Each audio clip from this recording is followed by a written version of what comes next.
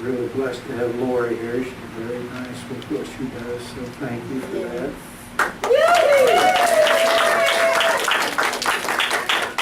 She won't be here on the 23rd. She's got herself a professional job to go to, so we're real happy for her success. We're going to miss her, but we're going to love that she's getting some professional success for herself.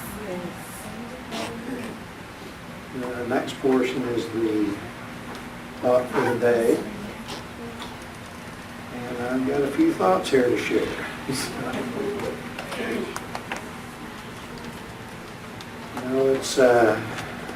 been another one of those weeks where you really have a lot of challenges going on in your life. And I guess this is truly taking spiritual knowledge and making it into spiritual wisdom of what's happened to me past week and Friday. All week professionally, I run 5 major projects at a time for the Utilities Commission, and they're pretty tough projects. $250,000 to $5 million jobs, and they're short track jobs, 3 to 6 month jobs, so they're fast, hard, and quick. And if they're not done on time, something happens to where they can't generate power or water correctly. So they're high profile, high need jobs. It's not just a, oh well, we didn't make the deadline type of thing. So 2 of them are not, 2 of the contractors are not performing, and I'm the guy that's the lead on the project, so I've moved it into a semi-legal process between purchasing and the attorneys, which is very distressful and very meticulous, very demanding, and you have to have everything just perfect to make that system happen right. It's kind of like an eviction notice. If you don't do it right, it all starts over again. So it all has to be just right, and that's what I've been going through. So on Friday, I get a call, and somebody close to me was just diagnosed with lymphatic cancer, lymph cancer. About 2 hours later, I had taken my truck to the shop, and they called me and said, "You need a new transmission." So $2,500, which I do not have. And my personal relationship's not doing so well either, so it's like just everything at every turn. And you can't help but be human for a short period of time when that happens to you. But what gets me through those times, now I don't drink, I don't have the option of drinking. I had to step away from that back when I was about 30 to 35. It caused a lot of distress in my life, and it was either do that or give up my family, so I did that. I don't have that option. I don't have the option of doing drugs because it's the same kind of thing. There's the same state of mind for me. My only recourse is my philosophy of life, my philosophy of myself, my philosophy of God and the Spirit. That's how I have to put those kind of things into perspective. And when those things happen to you, you definitely have a lot of introspection to do once you get done being royally mad about stuff. So, you're allowed to be human for a short period of time, but I have that spiritual discipline which I can employ once the human side subsides a little bit. And what came to me about that, some people were telling me, "Oh, you're being tested." I hate hearing that. I hate that with a passion because I don't think God tests you. God knows who you are, what you need to become, and there ain't no test there. Circumstances don't make the person, they reveal the person to themselves. And when you have circumstances occur like that, you learn about yourself. You learn about the belief you have in your philosophy of life. You learn what your belief in God is. And you learn what the depth of your faith is with those beliefs. And it will make you stronger, but it's not a test. It's you being revealed to yourself. Now, sometimes I grant you wish not quite so much as being revealed at one time, but it is the way that I work out of these things. And it took me through yesterday, about midday, meditating. I had been booked to do 6 readings for the church during the gala day yesterday, and it's really hard to do this kind of work when you're unsettled personally. But again, there's another level being revealed to me about that work. You commit, the Spirit will support you, and the work will be done effectively despite your personal condition. And when you realize that, you don't hide from that. So I did that service, and it worked quite well. It helped several people during that service. But it does take a bit of putting into perspective, and it's kind of funny how your mind talks to you. My mind said to me, well, it's the other person that's got the cancer, not you. And I had called a friend of mine about the transmission who builds race cars, and he asked me what it was and what kind it was. He says, that's a stick shift, that's pretty durable. He says, drive it till it quits. It might be a month, it might be a year, it might be 2 years. Drive it till it quits and bring it to me when it quits, and I'll fix it. So, you know, as you work through these things, he's not going to fix it for free, but he will fix it cheaper than the dealer will. So you just begin to employ those things. And the other, you know, and I got some other good news. My daughter passed her nurse practitioner's test a few days ago, which is quite an arduous test. I don't know if you realize how difficult those tests are. One in about 50 pass those tests and start down that path. And my son met somebody new, his own age, and he's got his daughter back full-time from DCF. He's straight, he's got a job, he's been working for a year like that. So there are good things that happen that you can focus on other than sit on your pity pot about what's pounding you. But like I said, you have to draw to your spiritual belief of life. You have to draw your belief about yourself and your place in that scheme of things. And you have to draw to the truth about what you feel, how you feel God is with you. And step aside from the emotional duress. Step aside from that humanity of who you are and embrace the higher mindedness. And it does work. It's a little difficult, a little hard sometimes, but that's the options that are there. Thank you for listening. Please stand for the next hymn. Okay.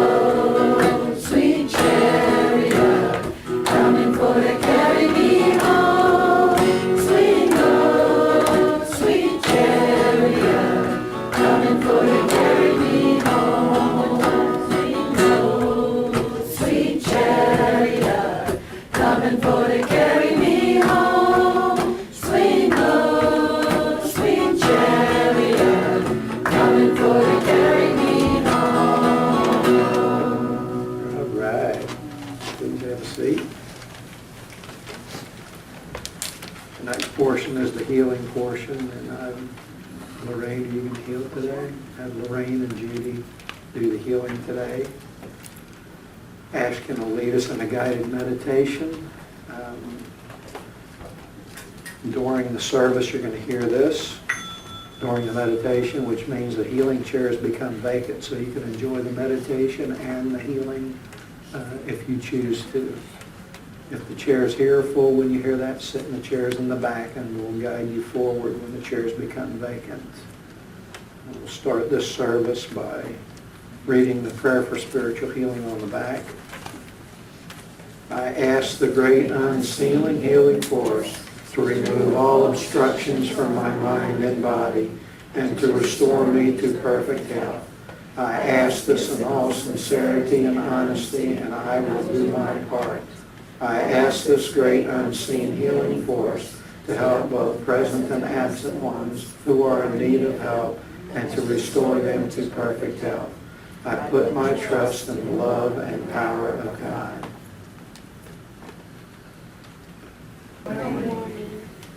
Get into a comfortable position. Sit relaxed, straight on the floor. Thumbs up in your lap. Just sit comfortably. Make sure there is no strain on your physical body. Relax your shoulders, your neck, your back. Take a few deep breaths. Inhale and exhale.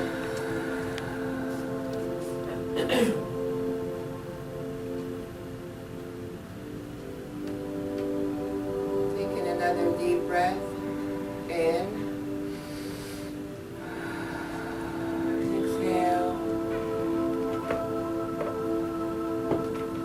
With your exhale, let go if there is any tension in your physical body. Let go of the thoughts, the mind chatter. With your exhale, just breathe it out. Allow your mind to become empty. No thoughts, no interruptions. Just focus on your breath.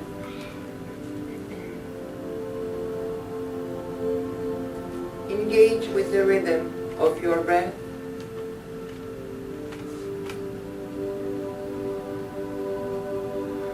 Just connect with it and feel the mechanism of your breath.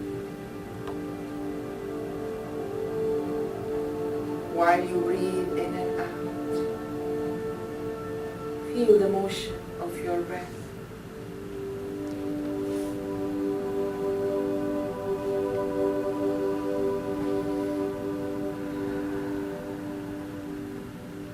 Feel your body relaxing more and more with each breath,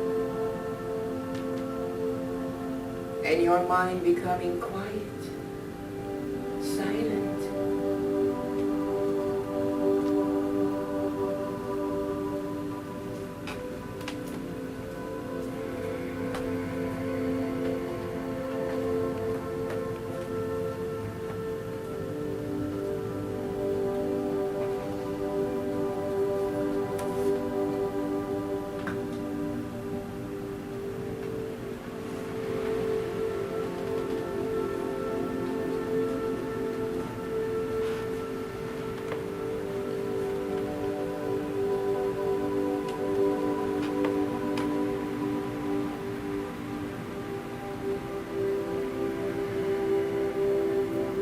In the presence of God, mighty I am presence,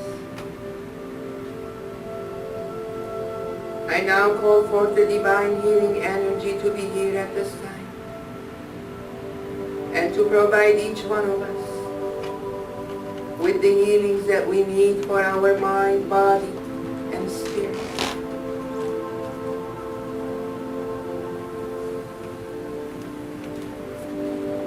As we call upon the law of forgiveness,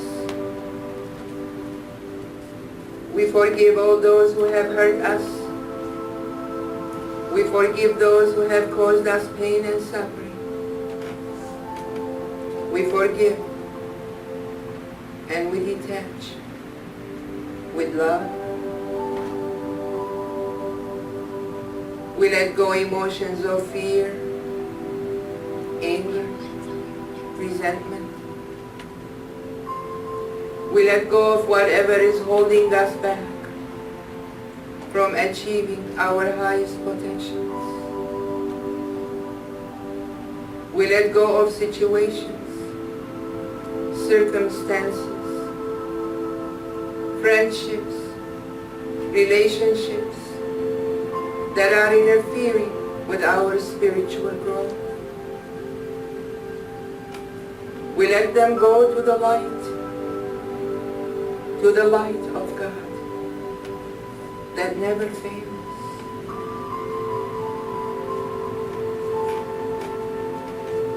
And we ask God, the omnipotent, omnipresent, omniscient,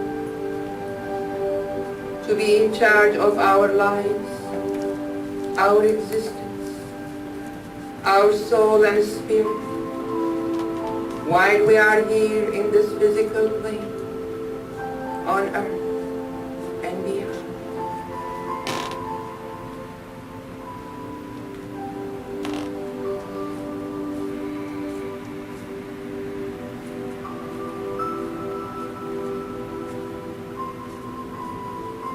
While you breathe, feel your awareness shifting higher to your forehead.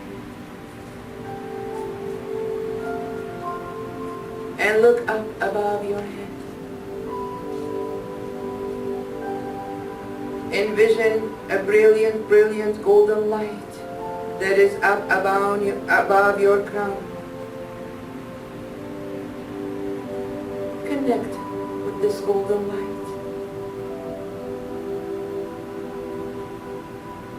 As you connect,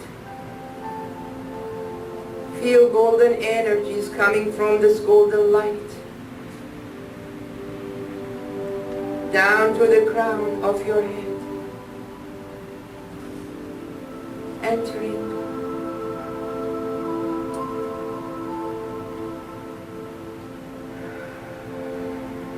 see this divine healing energy circulating in and around your forehead.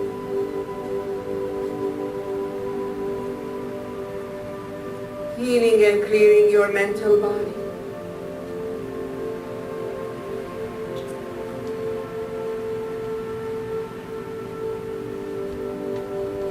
Release and let go of all the negative thoughts, emotions of anger, resentment.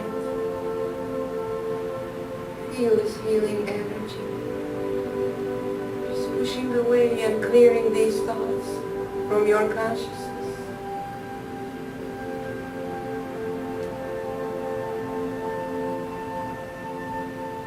As you release and let go, feel the connection to the mind of God.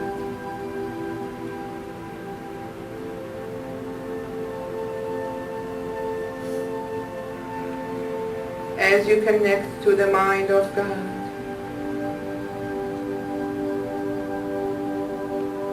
you hear the positive affirmations going through your thinking process. Affirmations of encouragement, empowerment.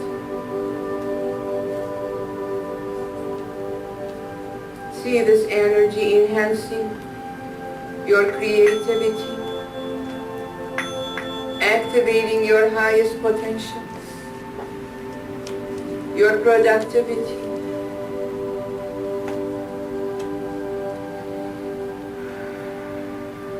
Breathe in and breathe out. Feel the energy moving down to the back of your neck, moving gently around your two hemispheres, in and out of your brain cells, tissues, renewing, regenerating.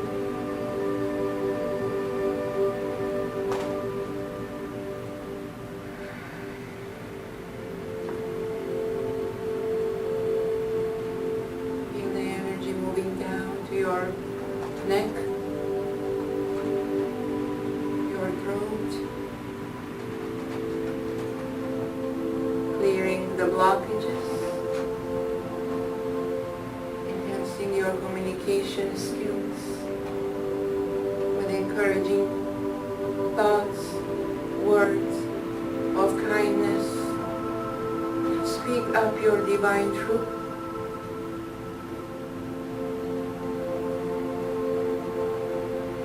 Just follow this healing energy that is moving down to your shoulders. It is bright golden in color. Extending to your arms, to your hands, to your fingers.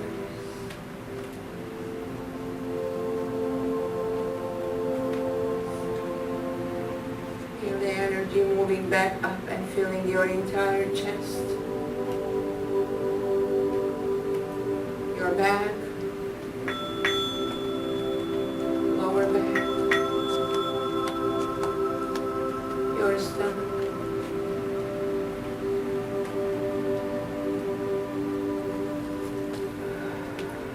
lower abdomen,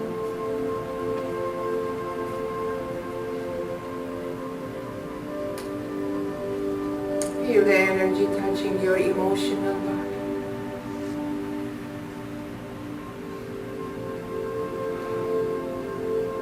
Release and let go emotions of hurt, pain, suffering. Release and let go of events, experiences, relationships from your past that are interfering with your current condition, with your life. Release and let go of all the residues that are grieved in your emotional body. Just see them leaving, going away. See this golden healing energy, clearing them out of your consciousness.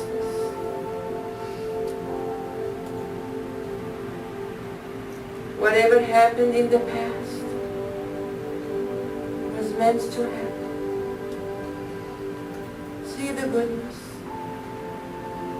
and the lessons that you learned from those experiences.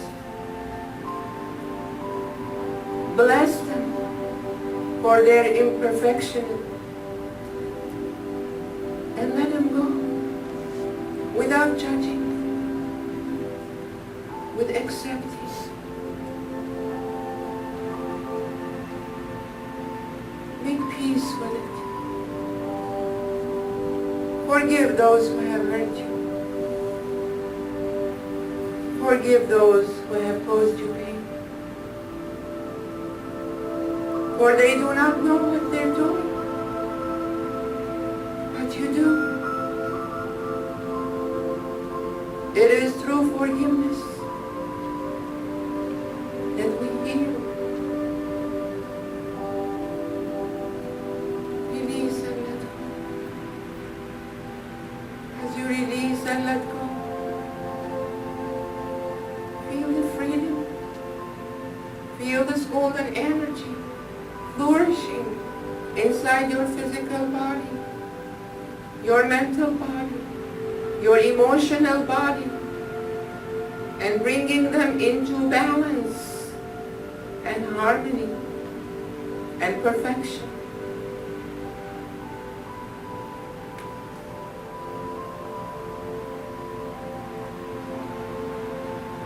Feel your spirit liberated.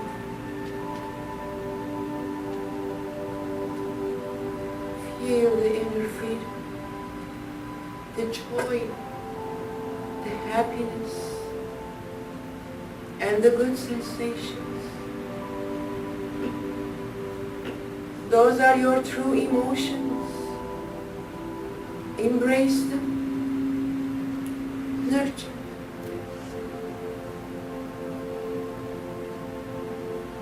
For in essence, you are perfect. Your spirit is perfect. Focus on the perfection of your spirit.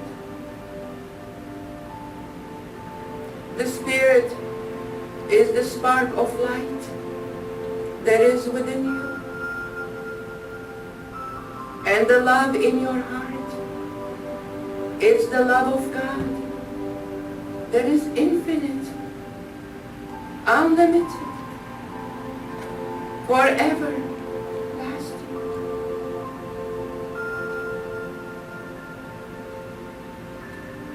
Embrace your divinity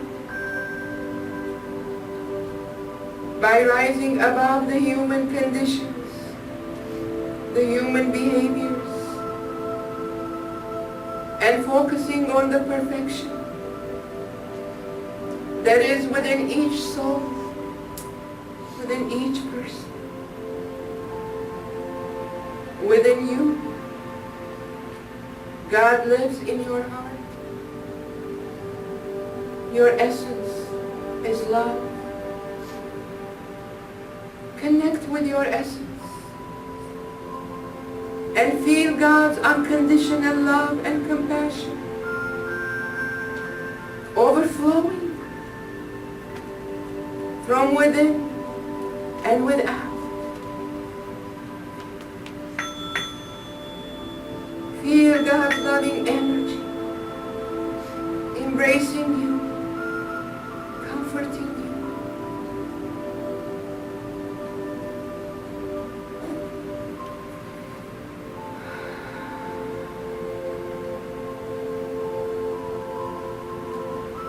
Surrender to your sacred heart.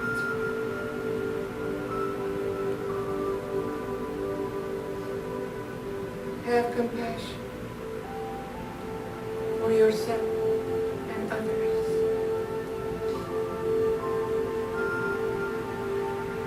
Feel God's love nurturing you.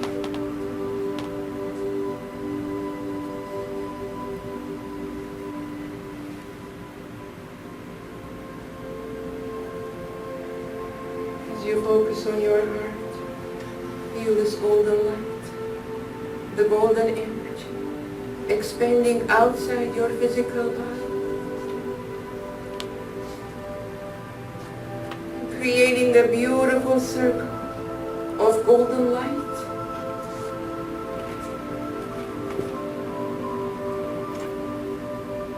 See yourself inside this circle, and your bodies, physical, emotional, and mental, are in balance and in harmony.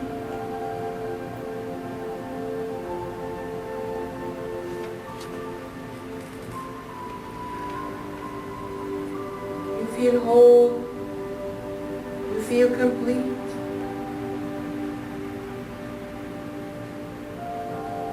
This is the true state of your consciousness. Embrace it. And let it be. Wherever you are, know that the light of God is within you. The presence of God is within you. And wherever you are, know that all is perfect. All is in divine order, giving you, providing you the opportunities to evolve your spirit for the highest good and the highest best of yourself and for others.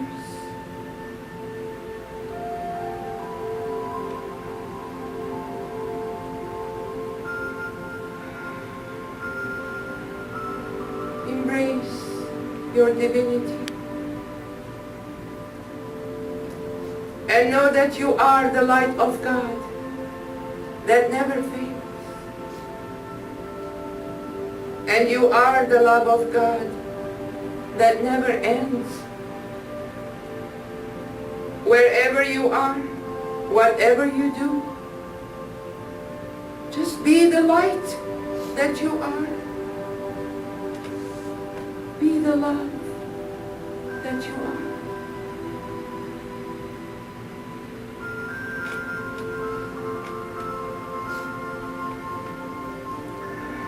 So it is.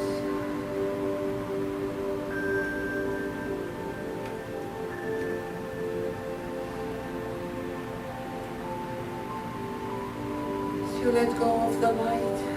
Know that that light is always there.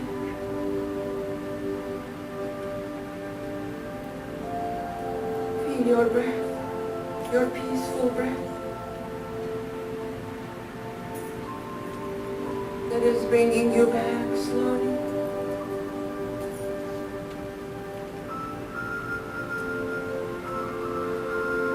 Feel your breath flourishing throughout your body, filling your surroundings.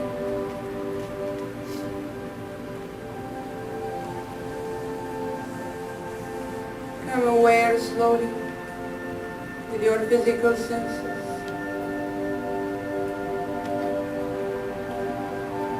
Become aware of your feet,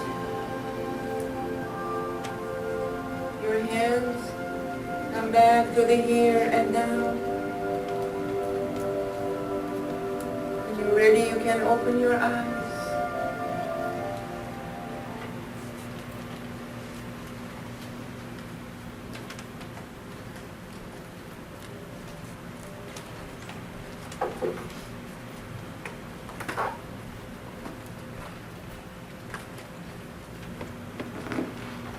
We'll end this with an inspirational reading. You should strive for a union between your purposes in life and the purposes of the divine principle directing the universe. There is no union between the human soul and God as priceless as merging your heart and mind with the Creator and the higher power. A oneness of purpose results, which only those who experience can even dimly realize.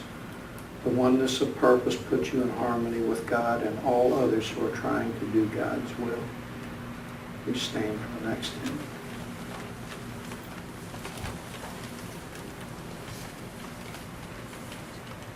In the gold field, 79, I'll fly away.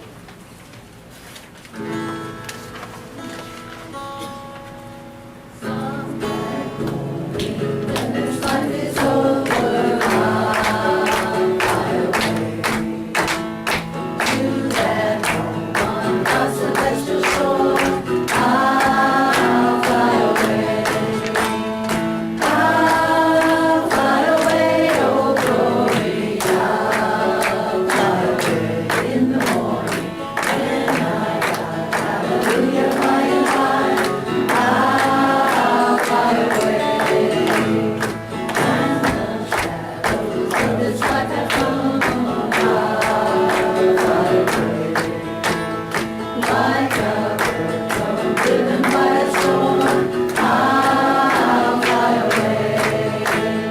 I'll fly away, oh glory. I'll fly away in the morning when I die. Hallelujah, by and by. I'll fly away.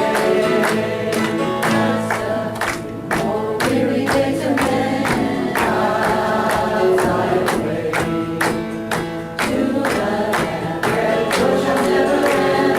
I'll fly away. I'll fly away, oh glory. I'll fly away in the morning when I die. Hallelujah, by and by. I'll fly away. I'll fly away, oh glory. I'll fly away in the morning when I die. Hallelujah, by and by. I'll fly away.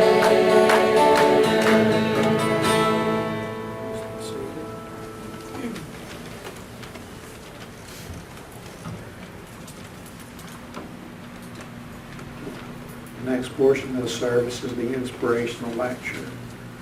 Today, the lecturer is going to be Reverend Kathy Quick. She's been a regular supporter and attender of this church for quite a few years. Just back from New York, or is it North Carolina? North Carolina. Got the N in there anyway. So. She's a interfaith ordained minister since the 1980s. She's been teaching meditation and I guess a similar type of thing like a satsang in her home for 30 years now. She has some new activities coming up, and we'll announce those at the appropriate time, but she's going to share that knowledge with us now. So please welcome Reverend Kathy Quick.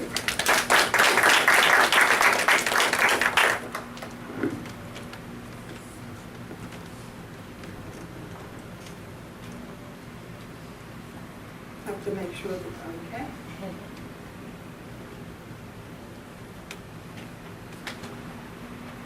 So, I've been away for quite a few weeks in North Carolina, taking care of and visiting my brother. And I'm happy to say he's on his feet and on his way to recovery. And one day, about a week or so ago, I was browsing on Facebook, and I saw this list of 12 to-dos. I believe that they were under the category of Zen.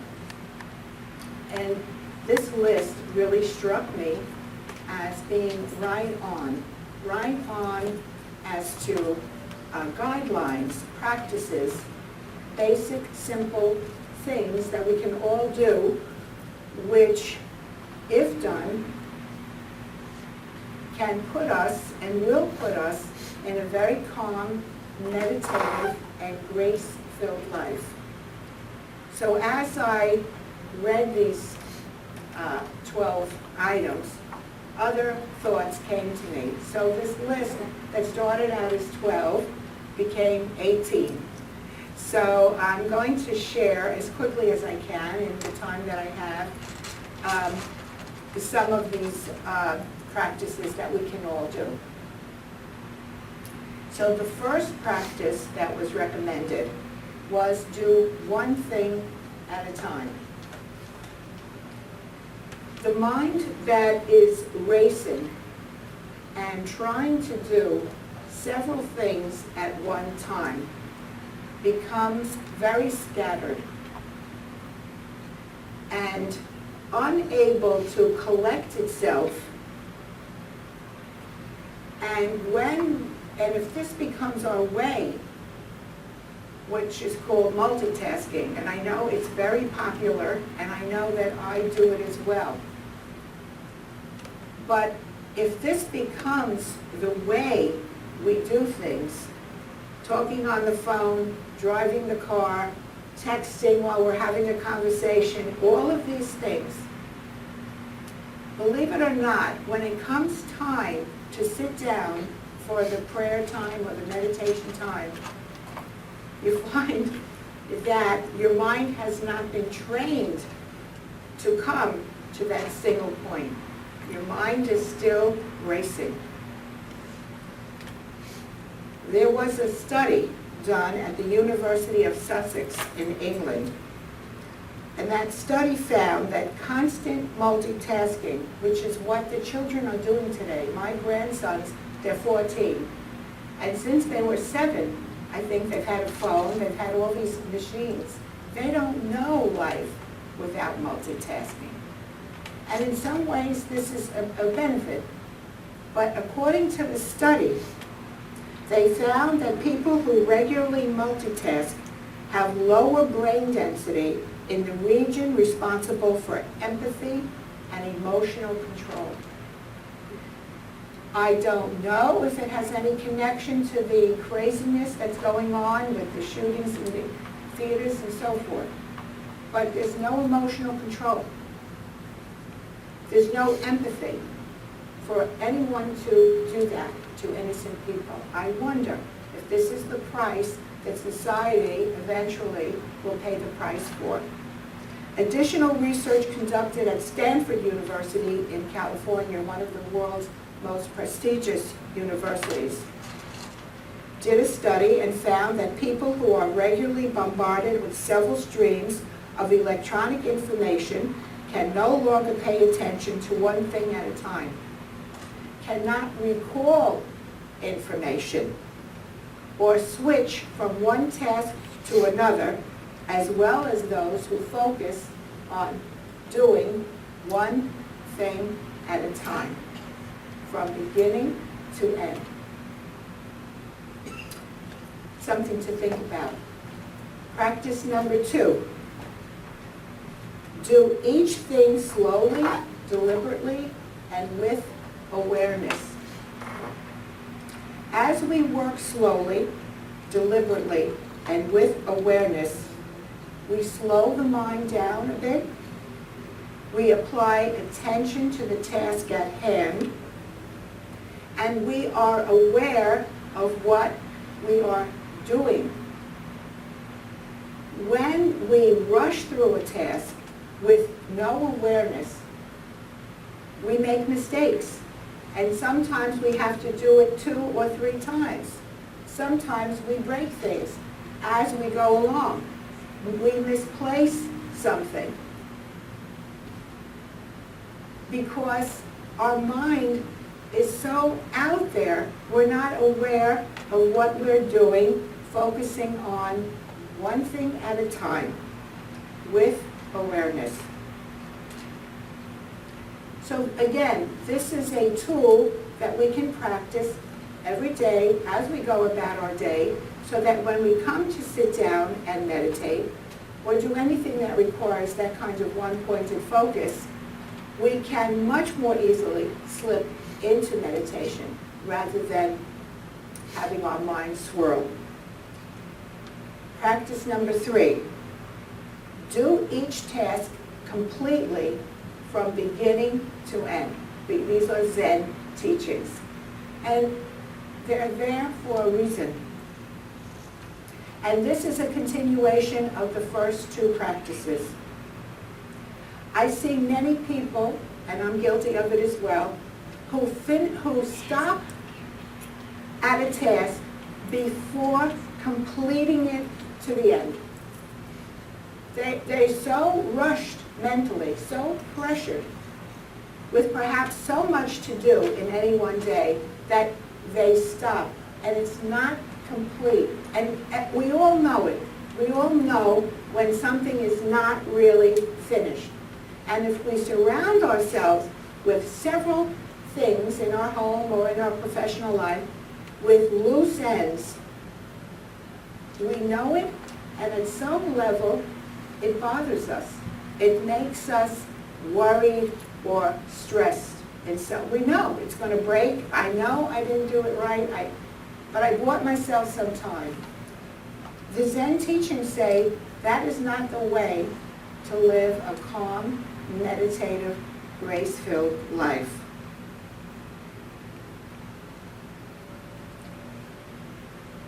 The way that this becomes a preparation for meditation is when we complete a task to the very end, including cleaning up the supplies or what have you that we dragged out. What that does, it forces us to hold the mind focused, just focused on this one thing from the beginning to the middle to the end. Done. We have peace of mind, and like the mind is a muscle, and if we hold it and we keep it focused, it will be ready for meditation at a moment's notice. Practice number 4. Do less. And I know this goes against the teachings of this modern world, where we're forced to do more and more and more. And I know I like lists in the morning, and I write my list of what I need to do in the house, what I need to, my errands, and so forth and so on, what I need to shop for. But when we do more and more and more, the list gets ever longer. And there's no way that we can ever complete everything on our list. And what happens? There's a pressure. There's internal stress. We're always on high alert and going. And what that does is, it doesn't allow any downtime. It doesn't allow for us to just sit and maybe daydream, where some great inspirations can come. That's when the inspirations come. When you can just sit and look at the clouds passing, or go to the beach and sit and just look at the waves, anything. We are so stressed by trying to do more and more. We miss out on life and we create stress. So the next practice that was recommended is put space between things. For me, this means, again, to stop this rushing. Do each thing, do it deliberately with an awareness to completion, and then stop. Just stop. Just rest. Just take a breath and become present. Become present for our life and breathe. Instead of just having everything like a whirlwind. So the recommendation, according to Zen, is put space between things. In meditation, it says, it teaches us that even our breath has a pause. We do an out breath, and there's a pause. And we breathe in, and there's a pause. We don't pant, which is what a dog will do. No pause. But the human being's breath is outward, pause, inward, pause. When we slow our mind down, the pauses in between get longer. And in that pause, there's a doorway. There's a doorway to the eternal. And there's a pause between every activity, between every thought, between every action. So Zen teaches us to have a calm, meditative life, find and be in that pause between things. Practice number 6, create a sacred space for spiritual activities. The way I create sacred space is I put up photos of people that inspire me, or people whose teachings, have inspired me. I put up symbols that have meaning for me. I use the element, the purifying element of fire, either by actually having a fire in a big pit or by lighting candles.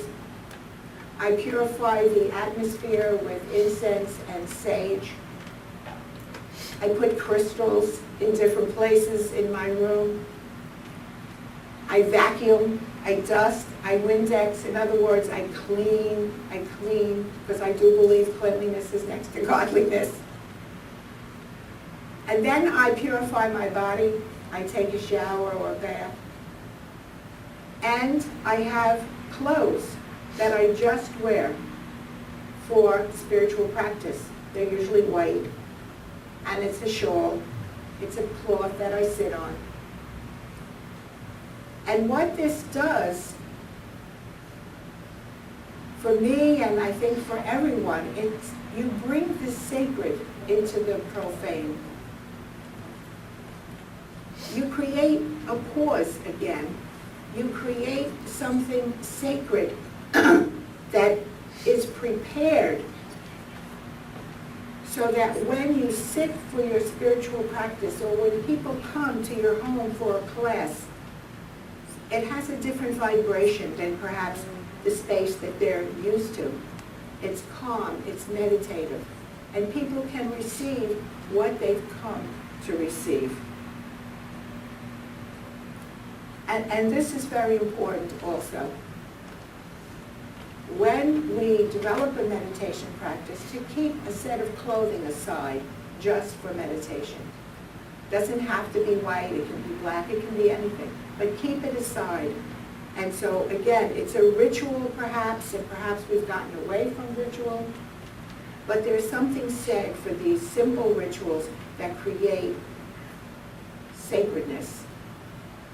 And for me, it's just as important to nourish, to feed and to nourish my relationship to God and the unseen forces as it is to nourish my relationship to my husband, to my children, and to society.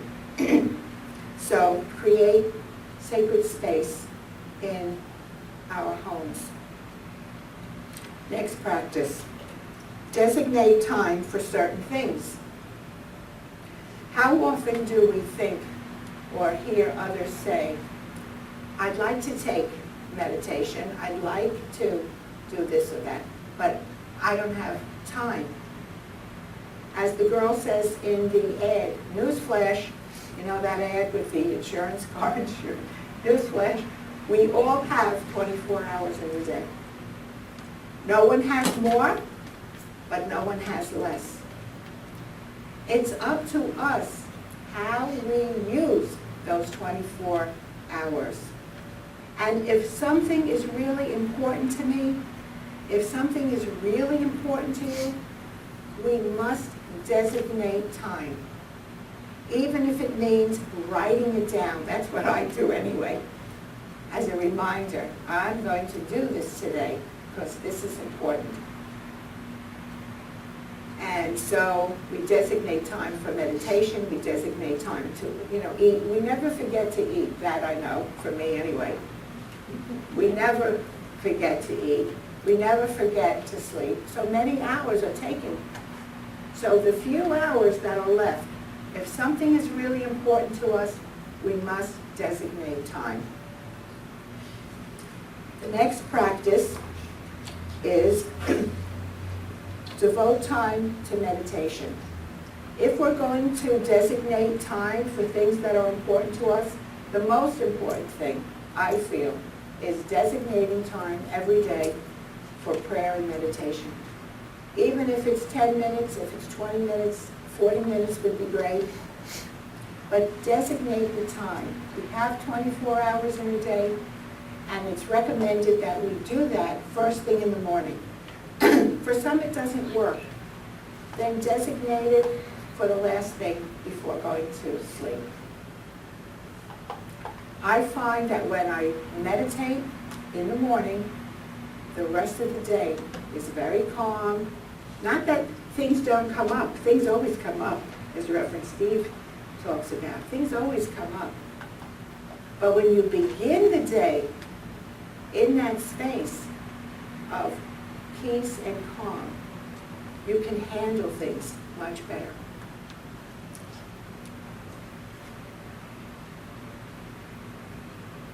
Practice number 9. Smile and serve others with great joy. For me, what this is talking about is performing every action as a service.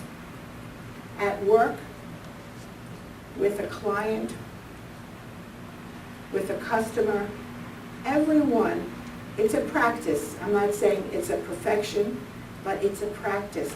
Practice seeing everyone that comes into our field as an honored guest, regardless of how they may be reacting or acting. Welcome them, perceive them as a divine being. Practice seeing everyone in our household as a divine being, who you are filled with joy to receive and to serve. Because in reality, we have only 2 choices. Because actions must be taken, it says in the Gita. You cannot ever stop acting. It's not what the human being is designed to do. So actions must be taken. But we have 2 choices. One, we can do everything as a chore, to be done with and over with as quickly as possible. Get this person away from me, move on, move on, move on. We can do it with a sort of an edge of resentment or a little, everyone's bothering me today. Or we can do it with joy. We can do it with this attitude that everyone is a divine being, and I'm so happy to be of service to you. It's really up to us, because actions must be taken in any case.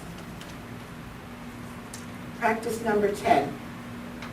This is an interesting one. Make cleaning and cooking mindful meditation. Many of us, including myself, years ago in particular, I resented having to spend so much of my time cleaning. I had 3 children, and I had a fairly large home, and there was just nothing but cooking and cleaning and cooking. That was my life.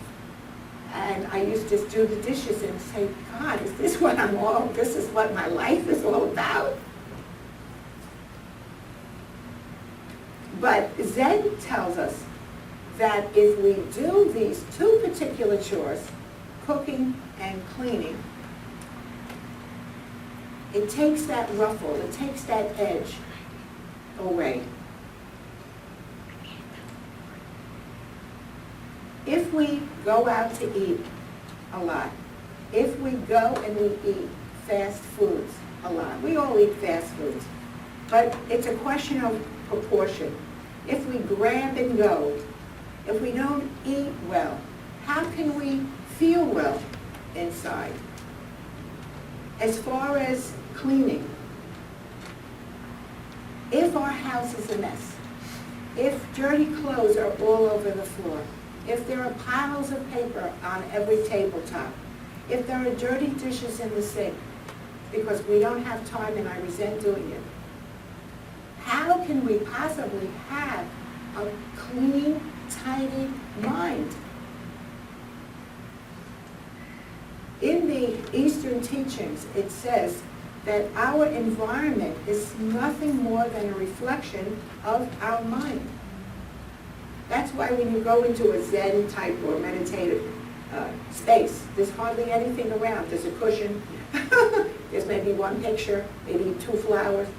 There's nothing, because they're setting the example or the tone for meditation. I'm not saying our homes should be a Zen monastery, but it's just practical common sense that if we keep our space relatively clean, we don't have to eat off the floor, but relatively clean, relatively tidy, we're going to feel so much better within our own mind.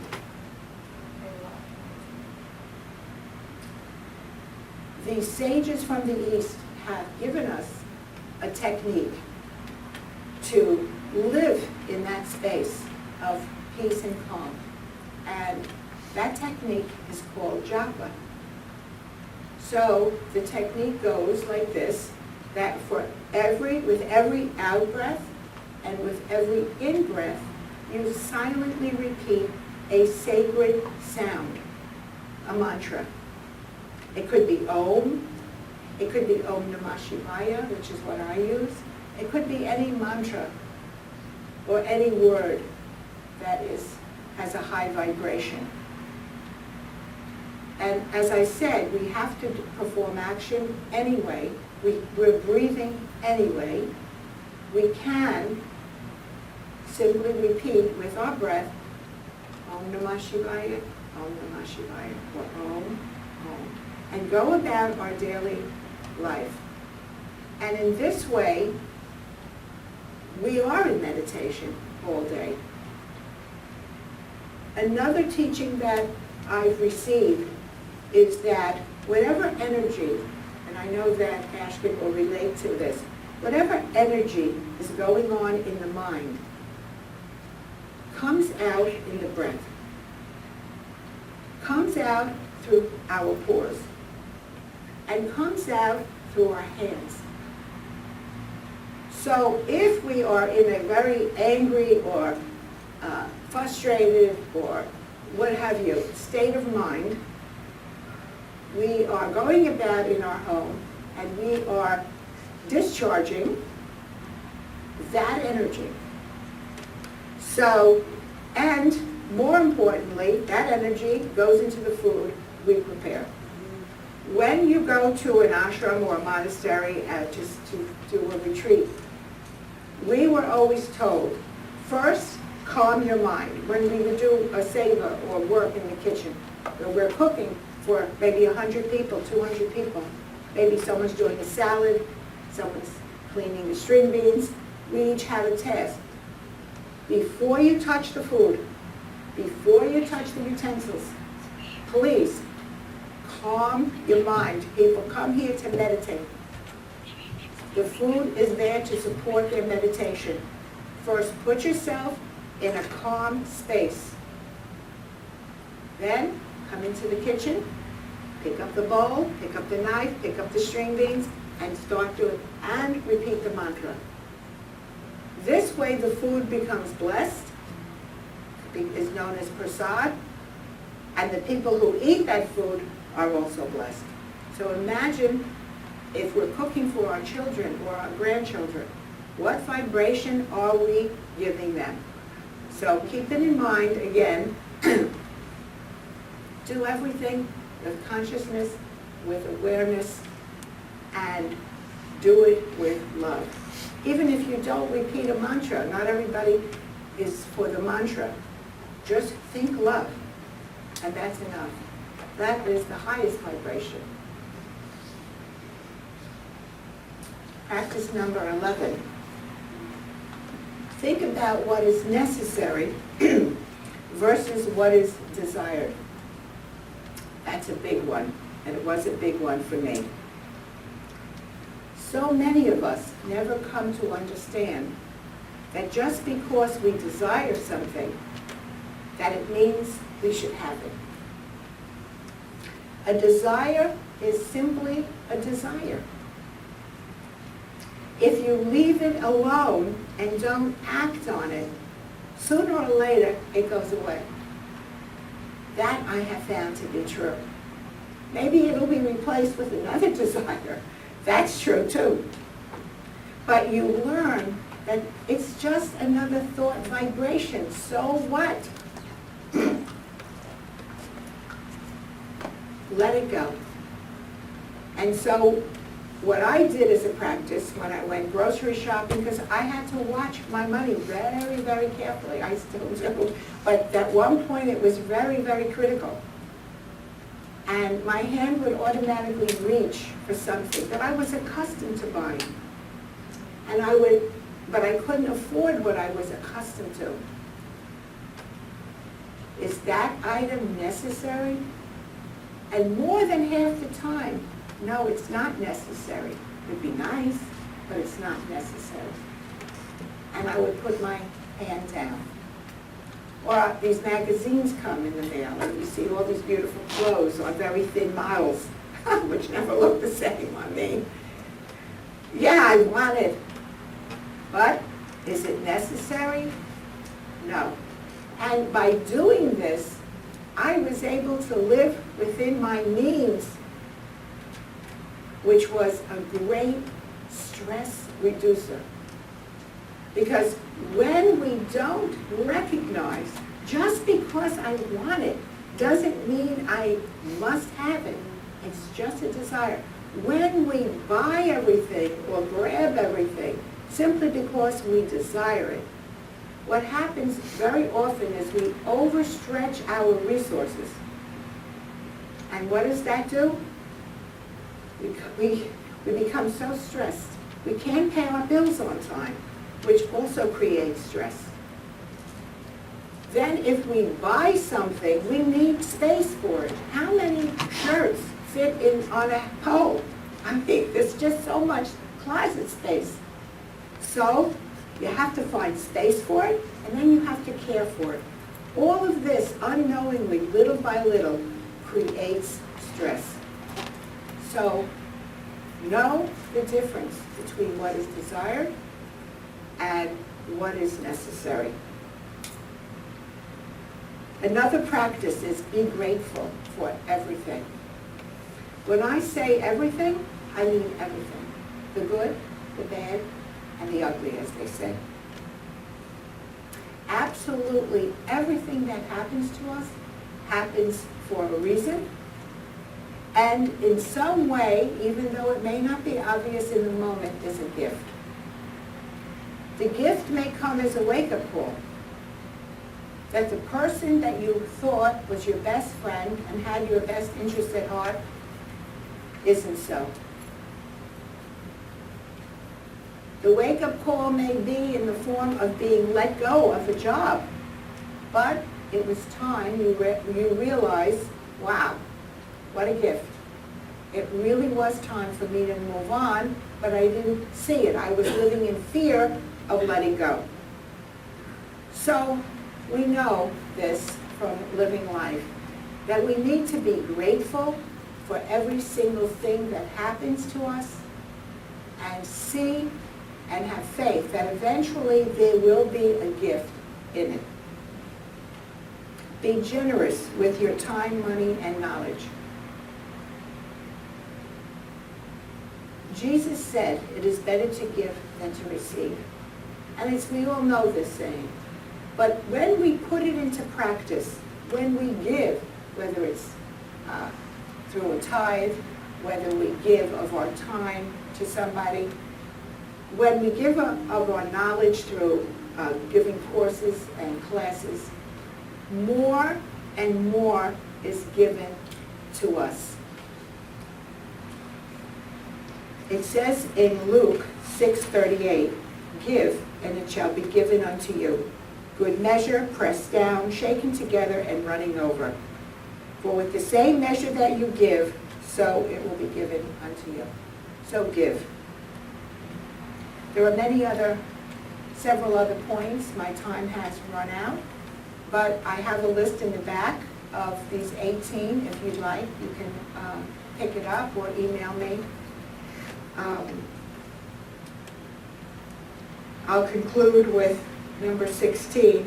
Welcome everyone with love and respect. This was a saying that my teacher, Swami Muktananda, said every single day, in the morning at his talk and in the evening at his talk. He said, "I welcome you all with great love and respect." He wasn't talking about the individual personal